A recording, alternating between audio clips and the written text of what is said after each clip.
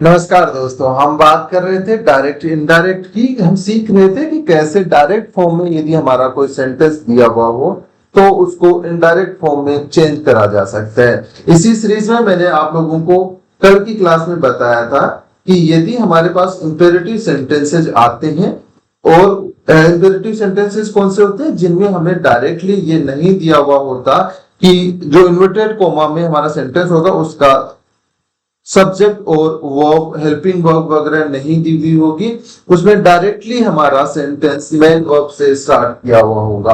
और उनको हम कैसे सोल्व करते हैं, उनके लिए हमारी क्या अप्रोच रहनी चाहिए, वो हमने डिस्कस करा था। आज की क्लास में हम सबसे पहले ये दो क्वेश्चन जो कल की क्लास में मैंने एज ए होमवर्क आप लोगों को दिए थे उनको डिस्कस करेंगे कि कैसे इनको सोल्व करा जा सकता है।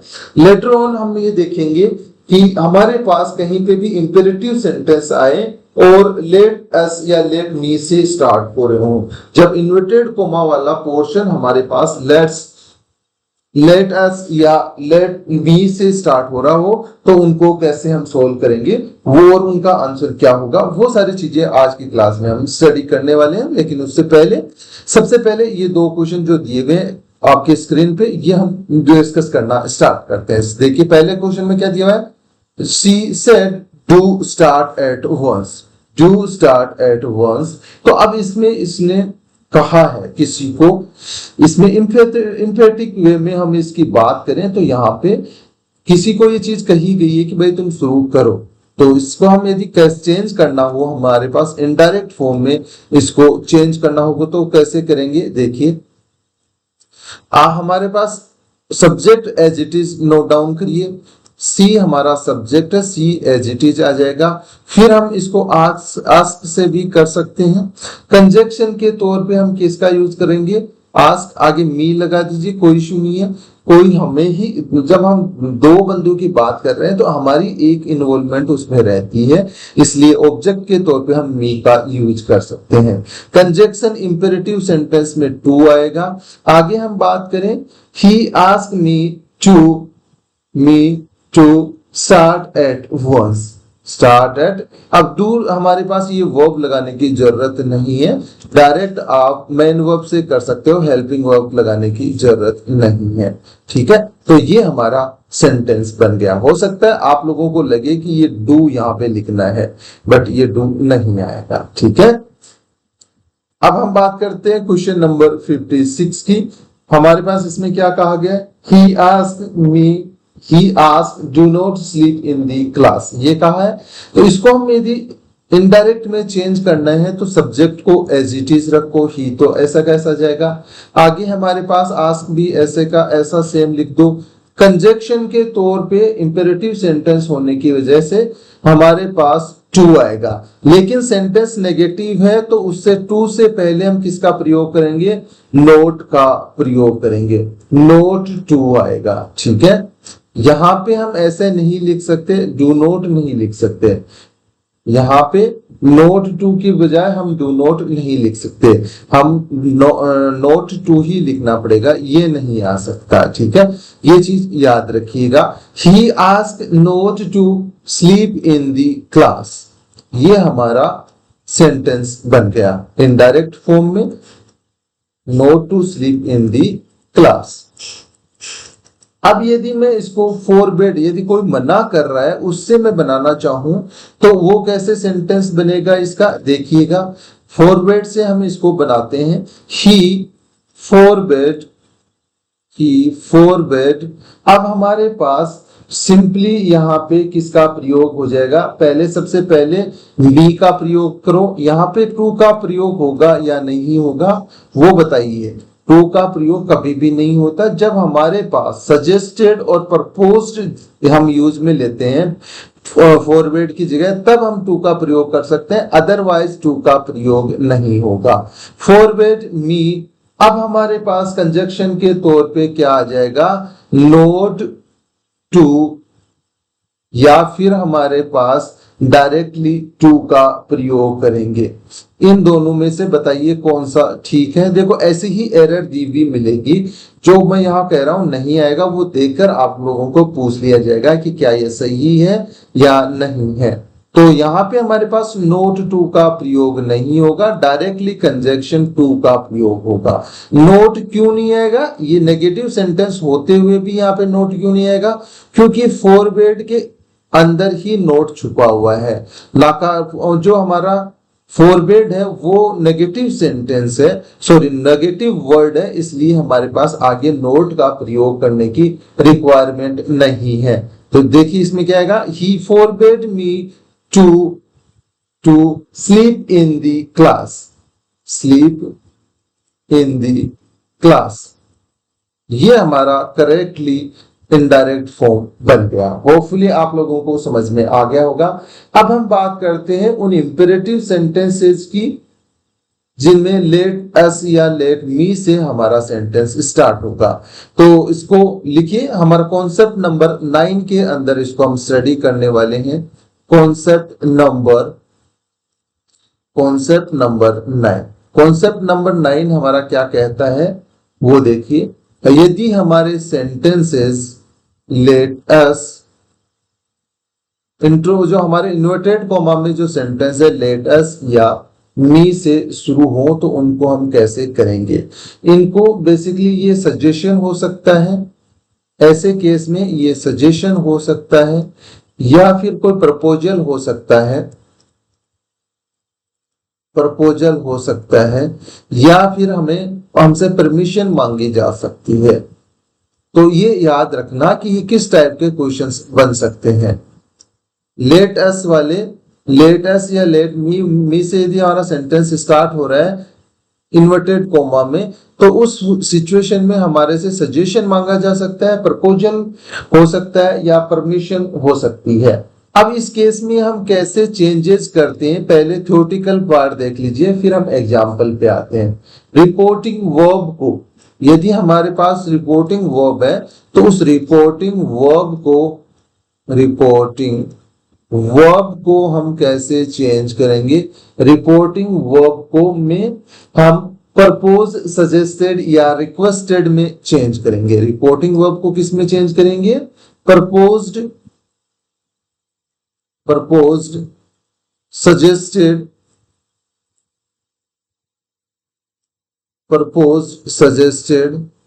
या फिर हम रिक्वेस्टेड में इसको चेंज करेंगे।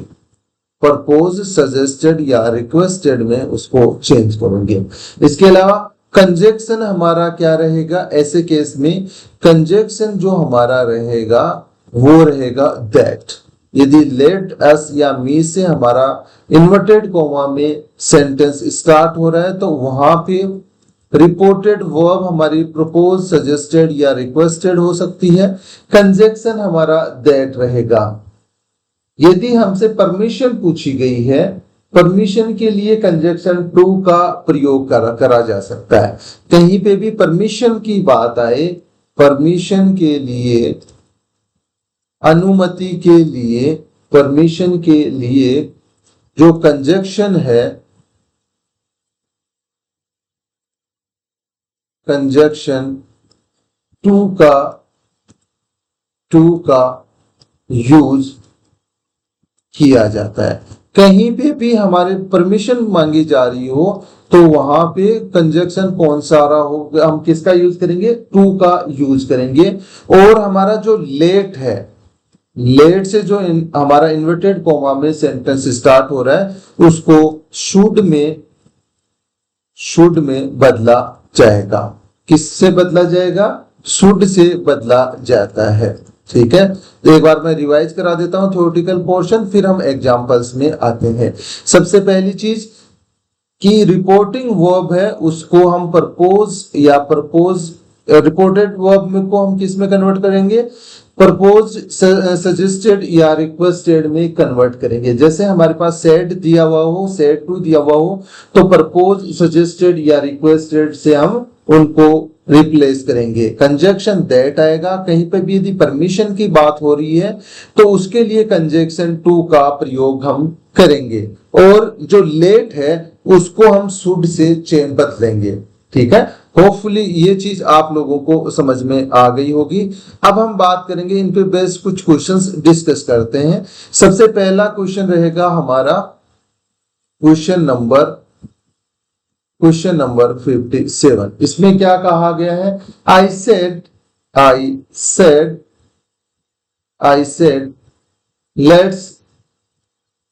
लेट्स सिंग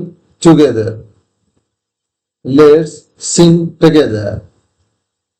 अब देखिए इसका हम इनडायरेक्ट फॉर्म में कैसे बनाएंगे वो समझना स्टार्ट करते हैं। लेट से हमारे पास सेंटेंस स्टार्ट हो रहा है। इसका मीनिंग क्या है कि हमारी रिपोर्टिंग स्पीच को हमें देखना पड़ेगा, रिपोर्टिंग वर्ब को हमें देखना पड़ेगा किसमें चेंज होगी।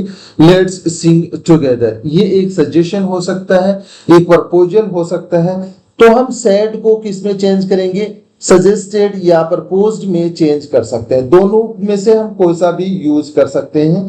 तो मैं यहाँ पे आप लोगों के लिए दोनों लिख देता हूं। आई सजेस्टेड या प्रपोज्ड।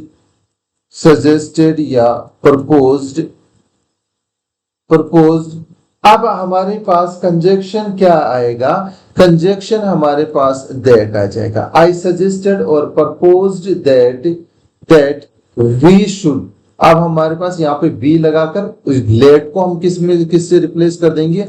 शुड से रिप्लेस कर देंगे। वी शुड आगे एज इट इज लिख दो, हमारी वर्ब लिख दो, मेन वर्ब सिंग आ जाएगी और टुगेदर आ जाएगा। ठीक है, तो हमारा इनडायरेक्ट फॉर्म में सेंटेंस क्या बना? आई सजेस्टेड और propose that we should sing together. अब यहाँ पे सजेस्टेड भी ठीक है और प्रपोज भी ठीक है, तो दोनों में से किसी का भी हम यूज कर सकते हैं, इस्तेमाल कर सकते हैं। तो चलिए आगे बात करते हैं नेक्स्ट क्वेश्चन की। 58 नंबर क्वेश्चन हमारे पास है। इसमें क्या कहा गया है? आई सेड अभी छोटे छोटे क्वेश्चन से हम शुरुआत कर रहे हैं जिससे आप लोगों को थोड़ा अच्छे से समझ में आए। Let me have a rest. तो इसमें हमने बेसिकली सजेशन की बात कर रहे हैं कि भाई मुझे थोड़ा आराम की जरूरत है तो मैं आराम कर लेता हूं।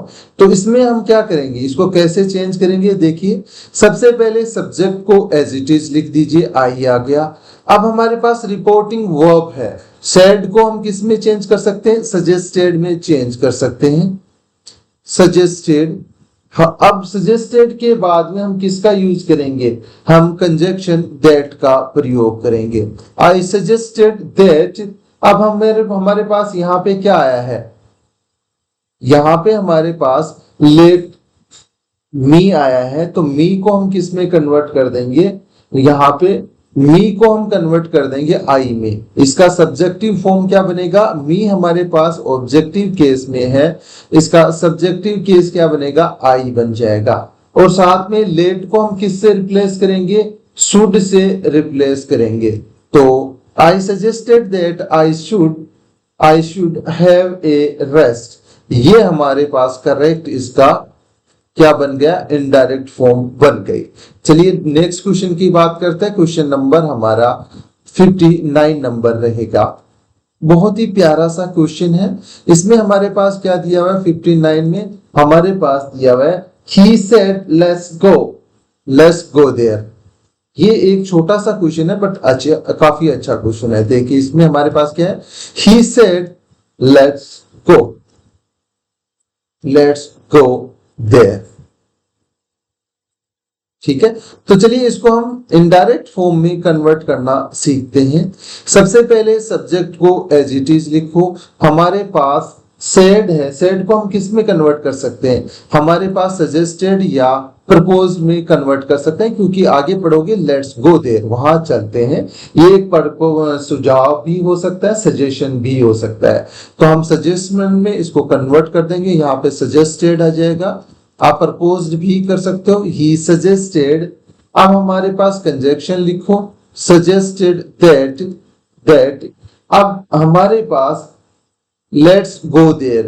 अब हमारे पास कितने लोग हैं उनका हमें पता नहीं है, तो इसको किसमें यहाँ पे हम किसका यूज करेंगे? जो हमारे पास सब्जेक्ट आएगा यहाँ पे दैट के बाद में, कंजक्शन के बाद में, वो दे मान लेते हैं, दे। अब लेट हमारे पास किससे रिप्लेस हो जाएगा? शुड से रिप्लेस हो जाएगा। Let's go there, they should go there. ये हमारा करेक्ट इनडायरेक्ट फॉर्म बन गया। चलिए एक नेक्स्ट क्वेश्चन की हम चर्चा करते हैं। क्वेश्चन नंबर 60 की हम बात करते हैं। 60 में हमारे पास क्या दिया हुआ है, जूलिया, थोड़ा अब हम क्वेश्चन का स्ट्रक्चर थोड़ा सा चेंज कर रहे हैं, थोड़ा सा बड़ा क्वेश्चन ले रहे हैं, जिससे आप लोग थोड़े से रूबरू हो जाएं कि यदि लेंथी क्वेश्चन आता है कहीं पे दिखता है तो आप लोगों को कोई परेशानी ना हो। Julia said to her friends, जूलिया said to her friends,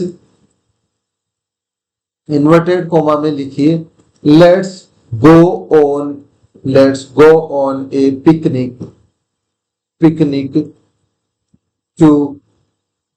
to Goa. ठीक है, चलिए इसको हम कन्वर्ट करना सीखते हैं। इसका हम देखते हैं कैसे इसको इनडायरेक्ट फॉर्म में इसको किसका कन्वर्जन करा जा सकता है। देखिए, जूलिया हमारा सब्जेक्ट है तो वो एज इट इज लिख दीजिए, जूलिया। इसने आगे हमारे पास एक प्रपोजल दिया है, एक सजेशन दिया है कि चलो हम पिकनिक के लिए गोवा चलते हैं, ये इसका सजेशन है। तो इसको एक सजेशन के हिसाब से हम यहाँ रिपोर्टिंग वर्ब है सेड टू, इसको हम क्या किस में कन्वर्ट कर देंगे, इसको हम सजेस्टेड में कन्वर्ट कर सकते हैं, प्रपोज्ड वे में भी कन्वर्ट कर सकते हैं, उसमें कोई फर्क नहीं पड़ेगा। तो आप जिसमें चाहो कर सकते हो। सजेस्टेड, अब हमारे पास आगे यहाँ पे ऑब्जेक्ट दे रखा है तो सजेस्टेड अपने बाद में क्या लेता है, टू लेता है। सजेस्टेड और प्रपोज्ड अपने बाद में टू का प्रयोग करते हैं, तो ये चीज आप लोगों को पता होनी चाहिए। Propose suggested to her friends, अब हमारे पास कंजक्शन क्या आ जाएगा, दैट, हमारे पास यहाँ पे कंजक्शन आ जाएगा दैट दे, यहाँ पे ज्यादा लोग हैं इसलिए हमने दे का यूज कर लिया। और लेट को हम किससे रिप्लेस कर देंगे, शुड से रिप्लेस कर देंगे। Let they should go on a picnic to Goa. ये हमारा करेक्ट सेंटेंस हो गया। अब मैं आप लोगों को 2 क्वेश्चन होमवर्क के तौर पे दे देता हूं जो कि आप लोगों को खुद से ट्राई करने हैं। ठीक है, बाकी की चीजें हम कल डिस्कस करेंगे, नेक्स्ट क्लास में डिस्कस करेंगे। 2 क्वेश्चन लिख लीजिए आप जल्दी से। क्वेश्चन नंबर 61 नंबर क्वेश्चन में हमारे पास क्या दिया हुआ है, he said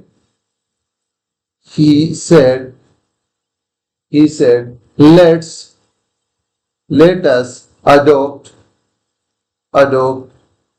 us adopt the policy of peace,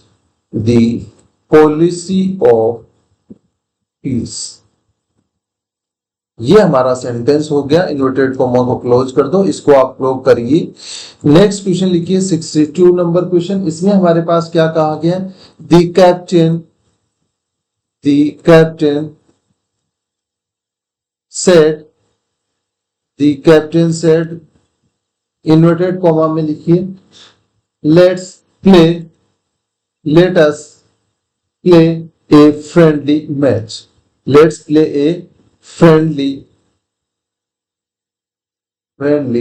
match. इन दोनों को आप लोग इनडायरेक्ट फॉर्म में कन्वर्ट करिए। ठीक है, और देखिए इसका कैसे इनडायरेक्ट फॉर्म में कन्वर्जन करा जा सकता है। होपफुली चीजें आप लोगों को समझ में आना स्टार्ट हो गई होंगी।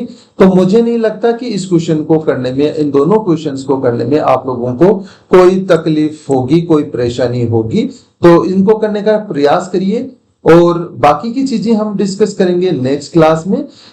आज की क्लास में इतना ही, मिलते हैं नेक्स्ट क्लास में और बेहतरीन कॉन्सेप्ट और एग्जाम्पल्स के साथ।